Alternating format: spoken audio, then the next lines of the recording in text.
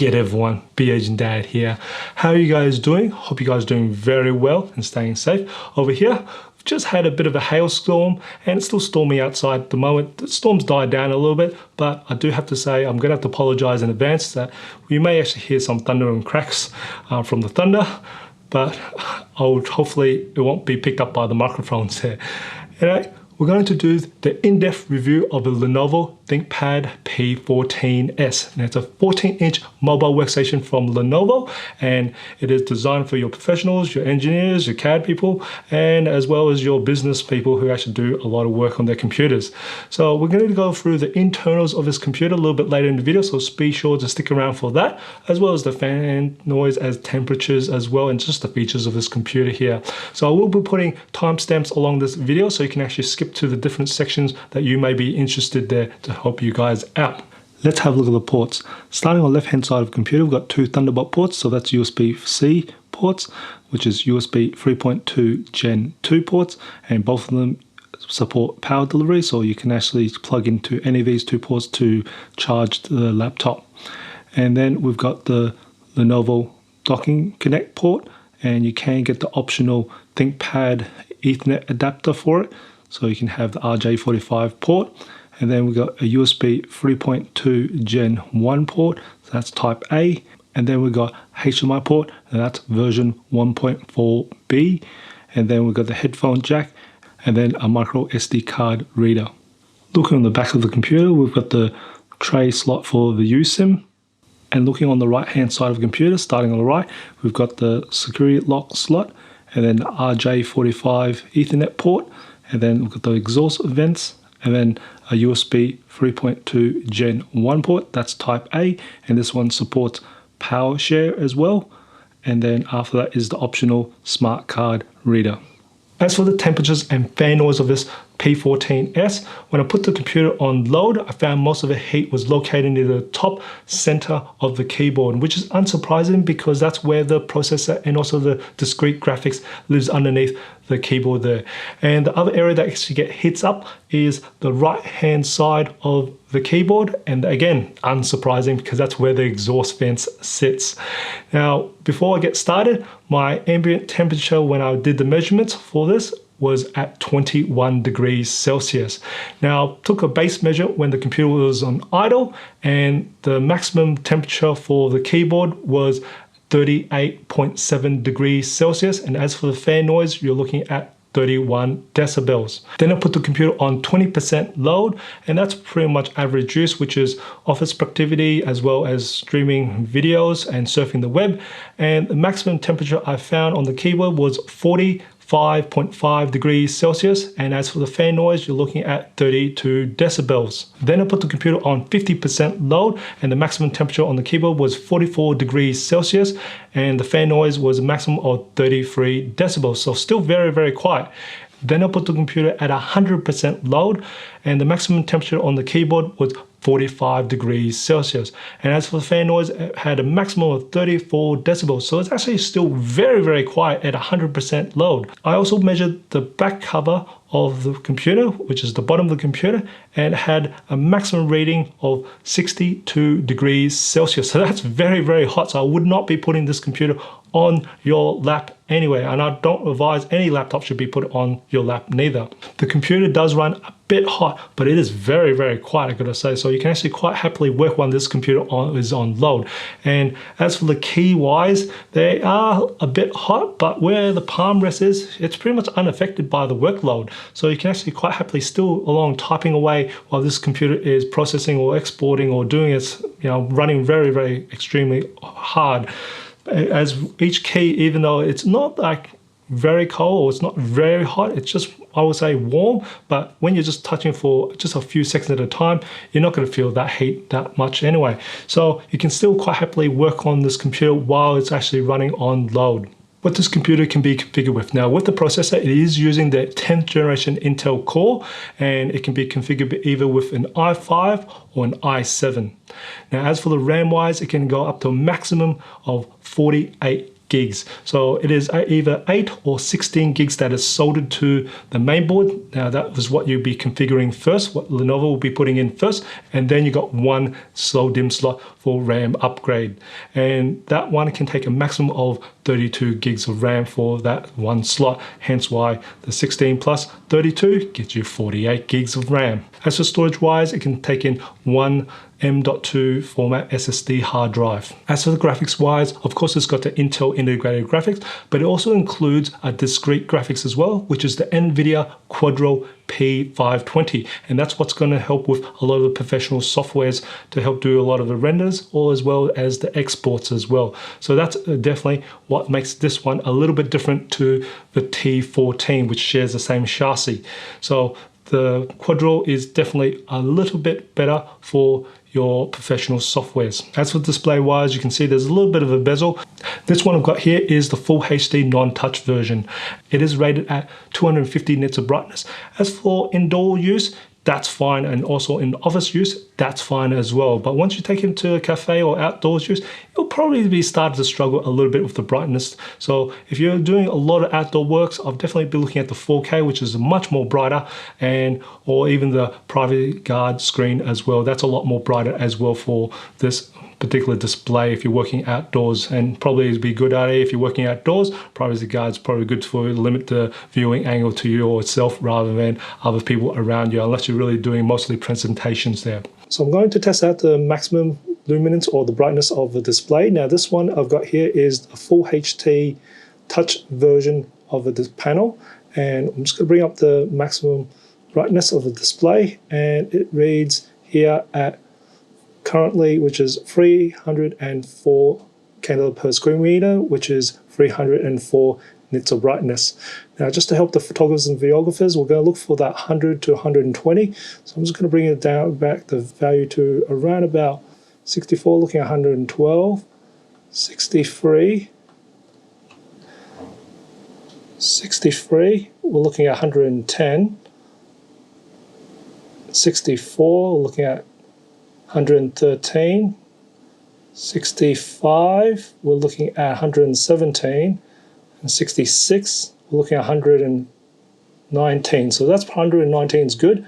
So we're looking at the value of 66 for the brightness display, if you're looking for about 120 candela per square meter. I hope that helps you guys.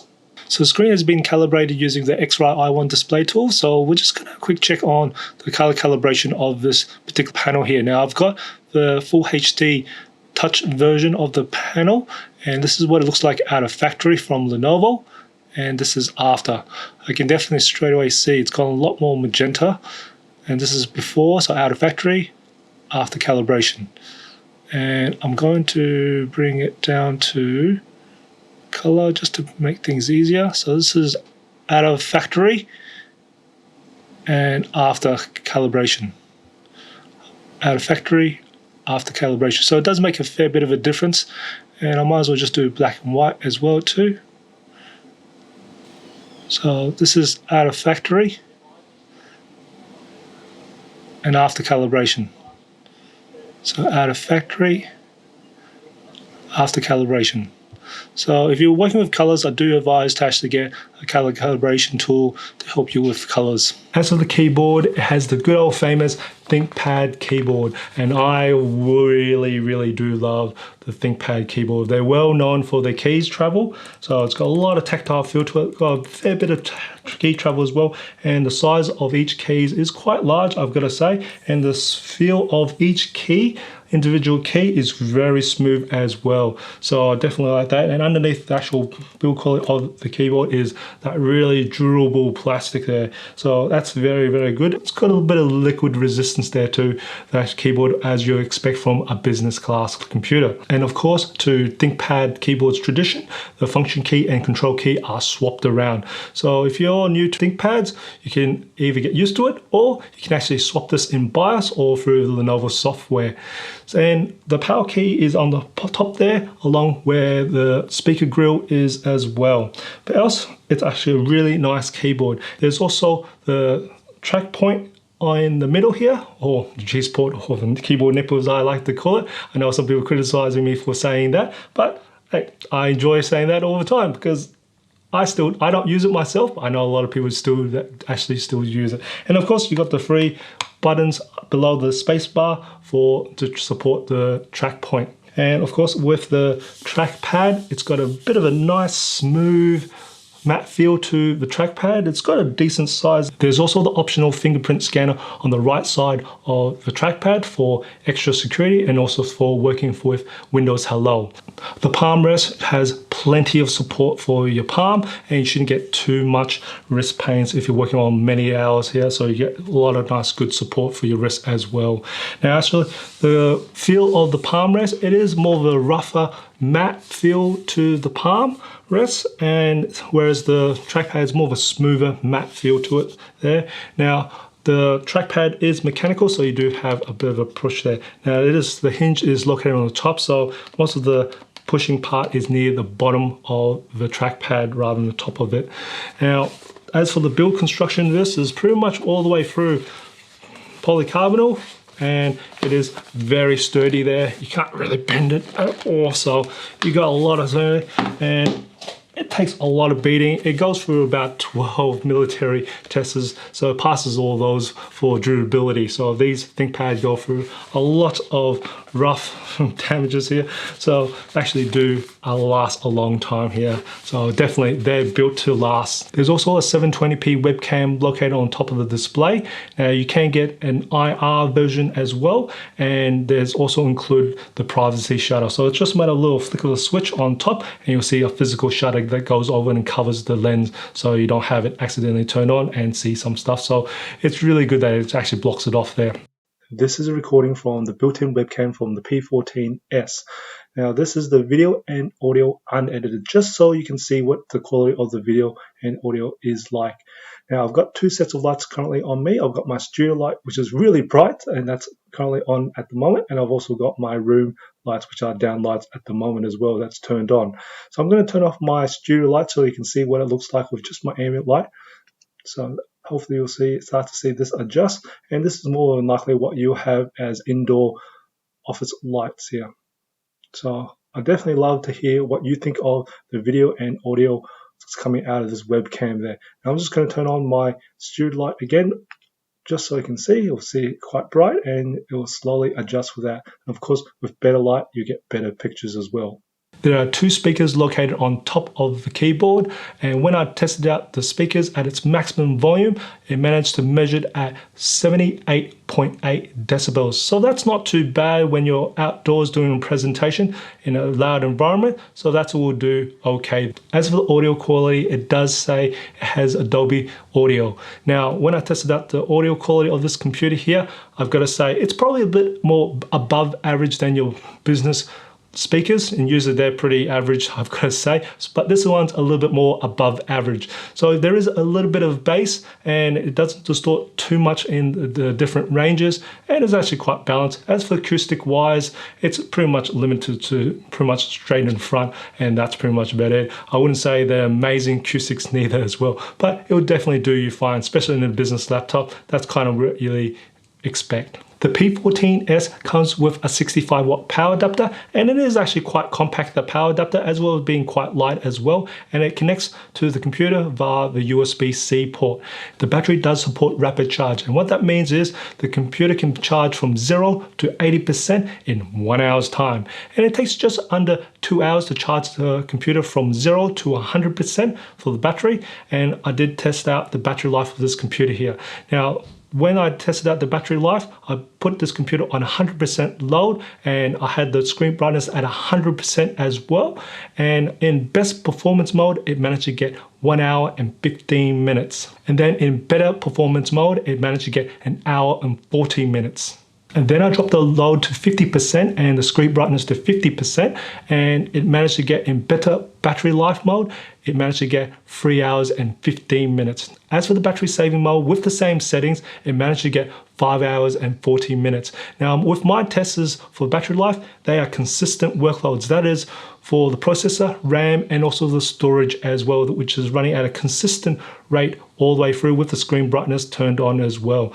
Now, you probably won't be doing most of that and your process will be up and down all the time. And I did test this computer in just consumption of media, so just pretty much streaming YouTube, and I had the screen brightness at 50% as well as the speaker volume at 50%, and it managed to get 10 hours and 40 minutes. So that gives you a good idea of just average productivity work there. Let's have a look at the internals of a laptop. Now first off, you just need to unscrew the 6 screws on the back here, and after that you just got to pry it open. Now my suggestion is to go from the Ethernet port to then slowly pry it open, and then just go around the back, and then of course on through the side, and then through the front end as well.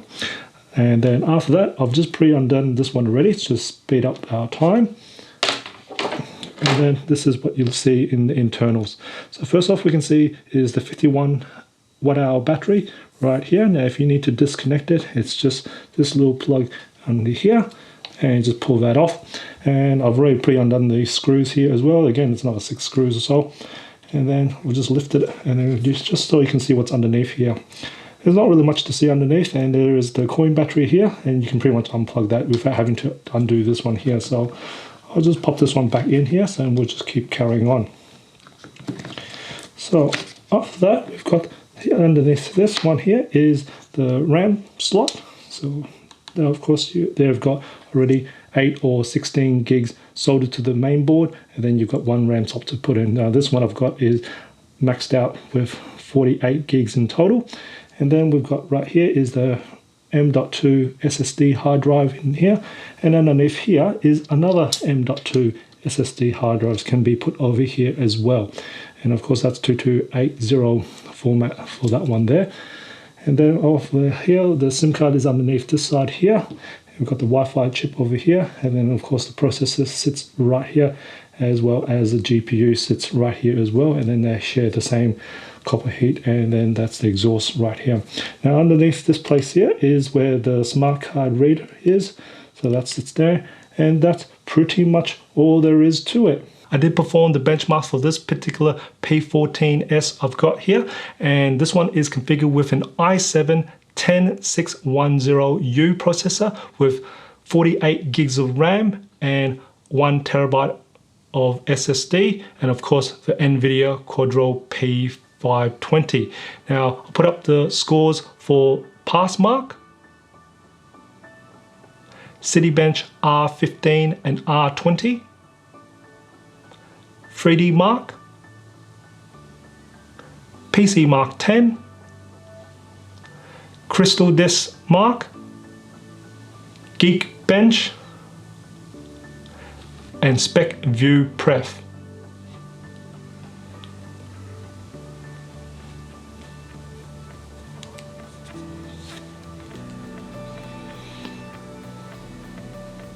The P14s is fantastic for the working professionals as well as those who require the entry model of the Quadro discrete graphics. And it's usually the engineering students or those who are just getting into working with CAD, as well as some of the professional softwares that actually require the Quadro cards.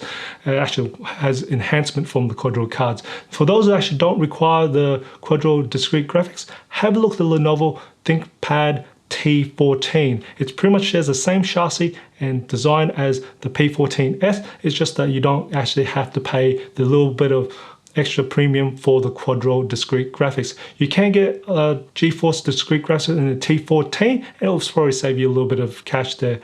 If you find this video informative and enjoyed it, smack that like button, or even to support me, smack that like button as well. And if you haven't done already, subscribe to my channel by hitting that subscribe button bottom of the screen. I do try to upload a new video every week. And just remember, imperfections in life makes it beautiful and interesting. I'll see you next video.